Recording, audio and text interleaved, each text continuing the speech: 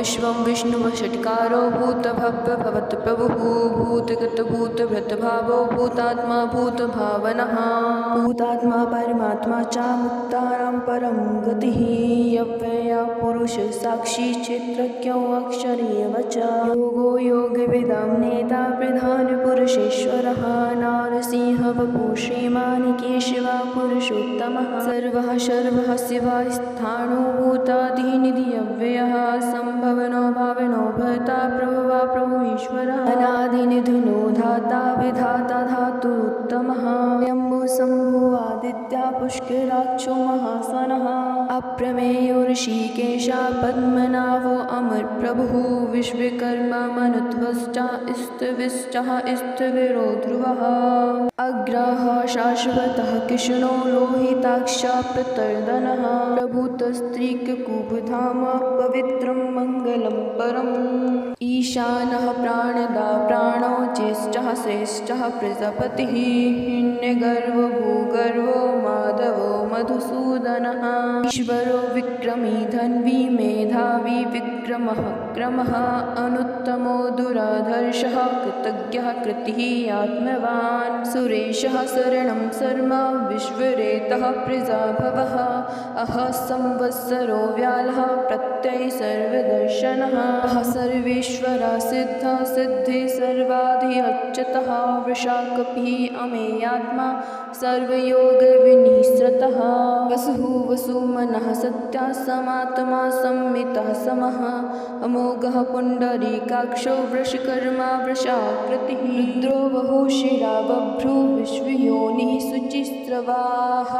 अमृतः शाश्वतः स्थाणो वरारोहो महातपाः सर्वगः सर्वविद्वानो विश्वक्सेनो जनार्दनः वेदो वेदविद् अव्यङ्गो वेदाङ्गो वेदविद् कविः लोकाध्यक्षः सुराध्यक्षो धर्माध्यक्षः कृतकृतिः चतुरात्मा चतुर्व्यूहा चतुर्दमस्त्रः चतुर्भुजः राजशिणु भोजनं भोक्ता सहिष्णु जगदादिजः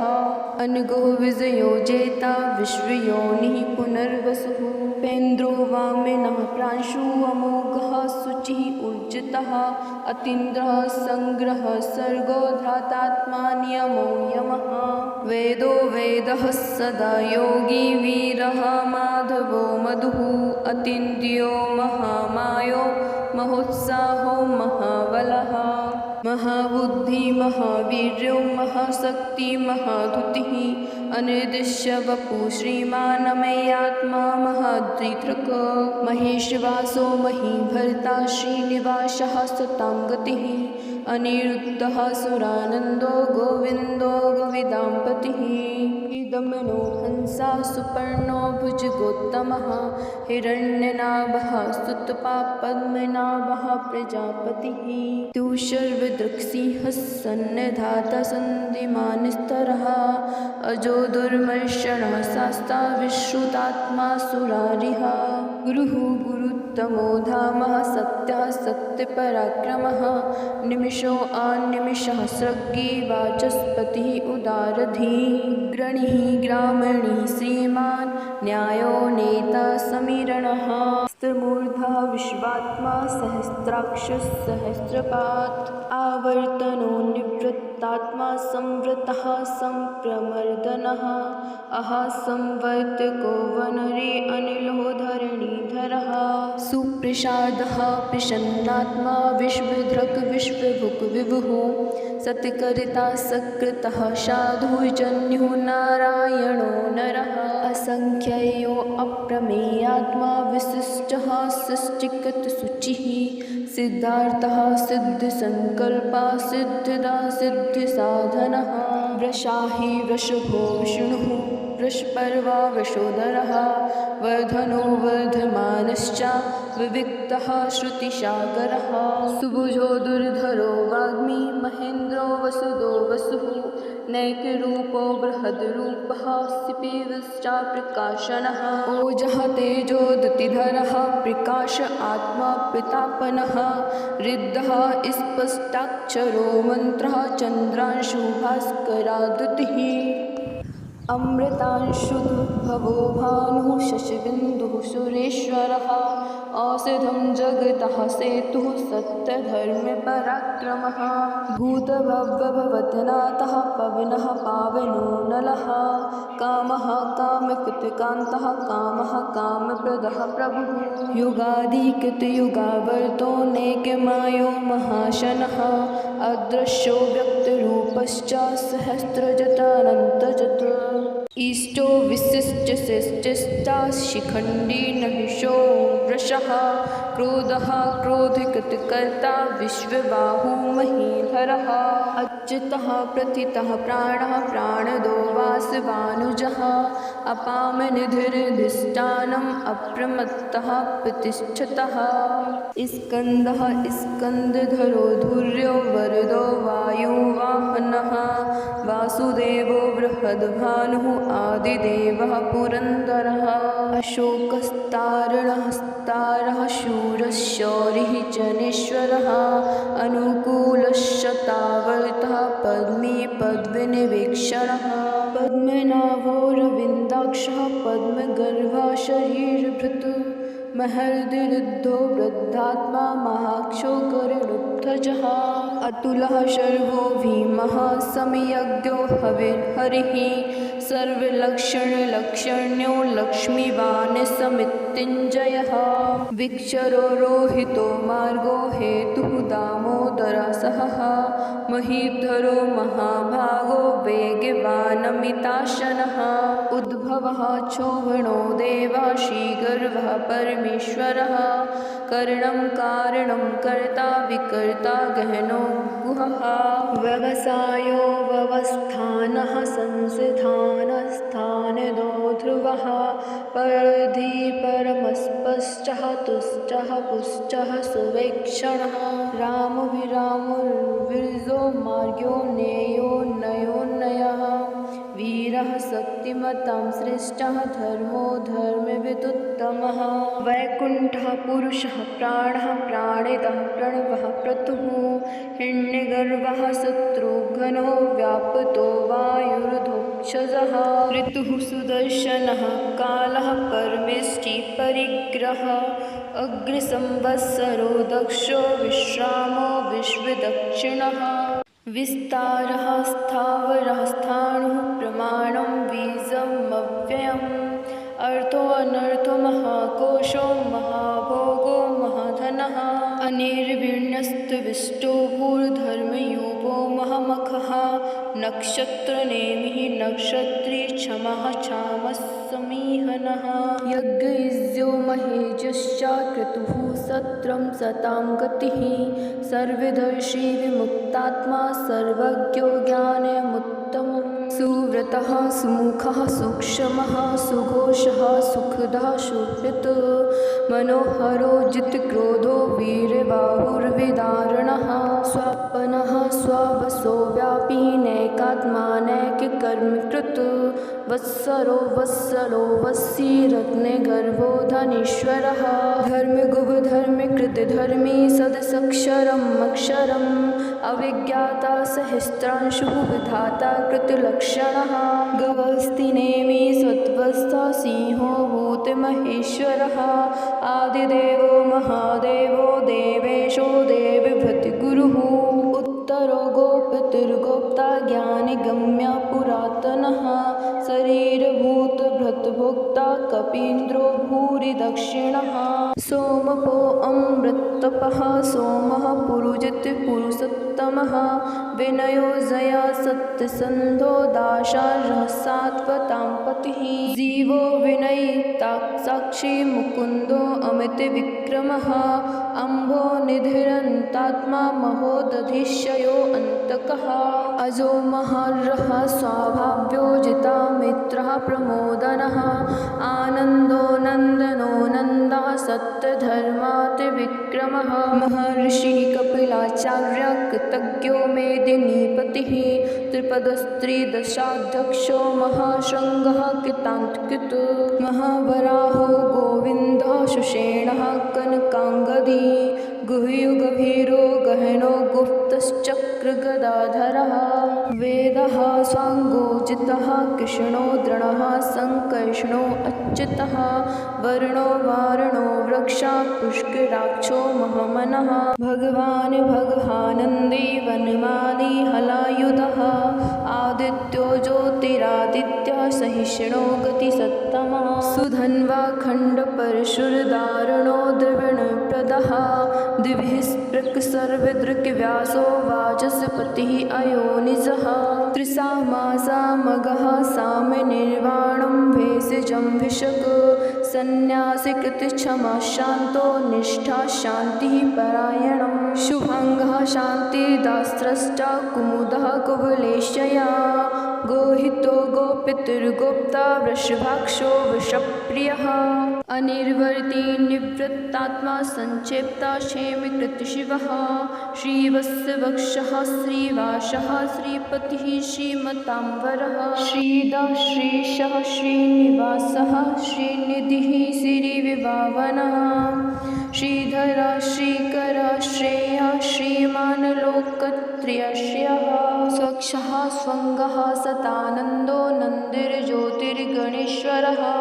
विजितात्मा विधेयात्मा सत्कीर्तिश्छन्न संशयः उदीर्णः सर्वतश्चक्षुरनीशः शाश्वतस्थरः भूषयो भूषणो भूतिर्विशोकः शोकनाशनः अर्चिष्मानर्चितः कुम्भो विशुद्धात्मा विशोधनः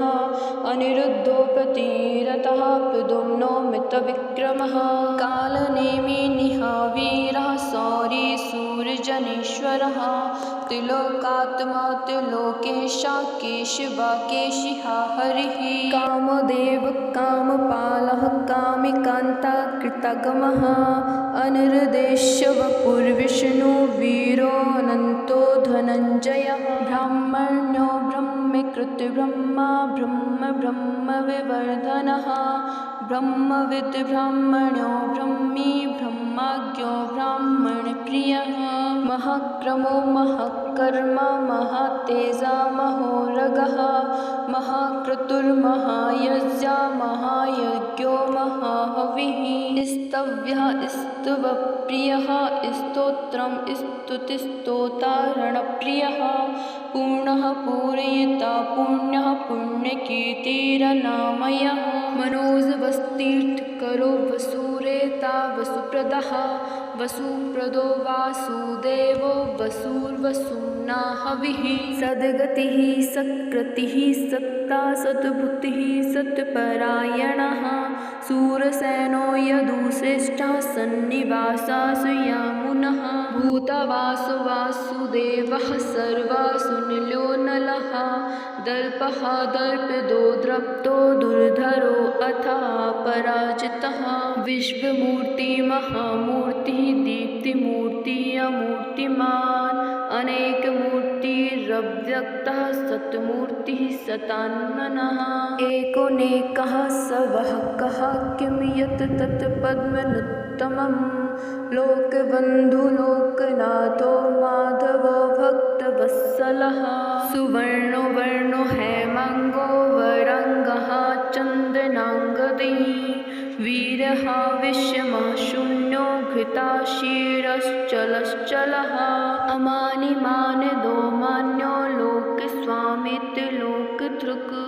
सुमेधा मेधजो धन्या सप्तमेधाधराधरः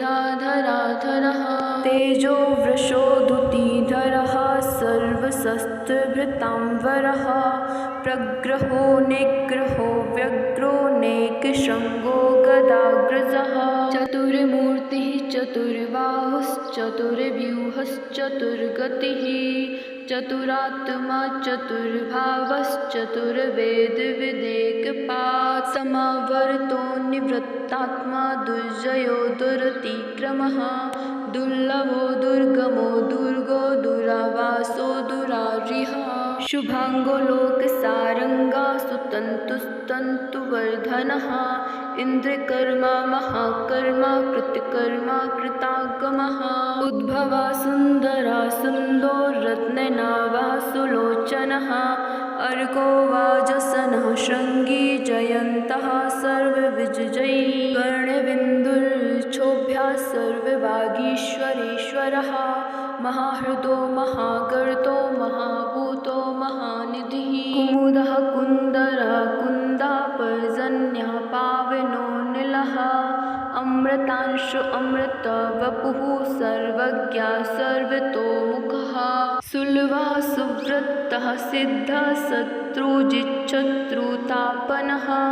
न्यग्रोधो औदुम्बरो स्वत्थः चाणूरान्ध्रनिषूदनः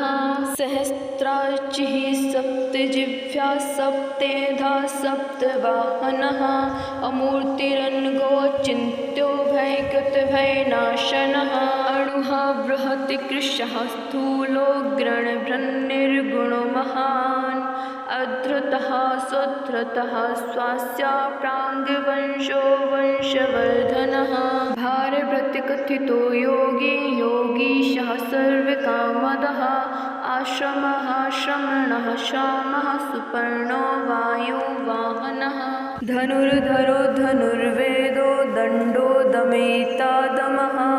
अपराजिता सर्वसहो नियमता नियमो यमः सत्त्ववान् सात्विकः सत्यः सत्यधर्मपरायणः अभिप्रायप्रियारोरा प्रियकृतप्रीतिवर्धनः विहाय सगतिर्ज्योतिः सुरुचिर्हुतभुग् विभुः रविर्विरोचनः सूर्यः सविता रविलोचनः अनन्तो हुतभुक्ता सुखदो नैकिजोऽग्रजः अनिर्विण्यः सदा वर्षि लोकधिष्ठानमद्भुतः सनातनतमः कपिलः कपिरव्ययः स्वस्तिदः स्वस्ति रुद्रः स्वस्ति चक्री दक्षिणः शासनः शब्दातिगः शब्दशः शिशिरः सर्वरीकरः अक्रूरः पैशलो दक्षो दक्षिणः शमिणाम्बरः विद्वत्तमो वीतभयः पुण्यश्रवणकीर्तनः उत्तारणो दुष्कृतिः पुण्यो दुःस्वप्ननाशनः वीरः रक्षिणः सन्तो जीवनः पर्यवस्थितः अनन्तरूपोऽनन्तश्रीः चित्तमन्यो भयापहः चतुरश्रो गभीरात्मा विदिशो व्यादिशो दिशः अनादिर्भूर्भुवो लक्ष्मीः सुवीरो रुचिराङ्गदः जननो जनजन्मादिः भीमो भीमपराक्रमः आधारनिलयो धाता पुष्पहासः प्रजागरः ऊर्ध्वगः सत्पथाचारः प्राणिदः प्रणवः पणः प्रमाणं प्राणनिलयः प्राणभृत्प्राणजीवनः तत्त्वं तत्त्वविदेकात्मा जन्म मृत्युजरातिगः भूर्भुवः स्वस्तुरुस्तारः सविता प्रापितामहः यज्ञो यज्ञपतिर्यज्वा यज्ञाङ्गो यज्ञवाहनः यज्ञभृत् यज्ञकृत् यज्ञी यज्ञभुक् यज्ञसाधनः यज्ञान्तकृत् यज्ञगुह्यमन्नमन्नाद एव च आत्मयोनिः स्वयं जातो वैखानः सामगायनः देवकीनन्दिनः सृष्टा चितीशः पापनाशनः शङ्खभृन्नन्दिकी चक्री शारङ्गधन्वा गदधरः रथाङ्गपाणिरक्षोभ्यः सर्वप्रहरणायुधः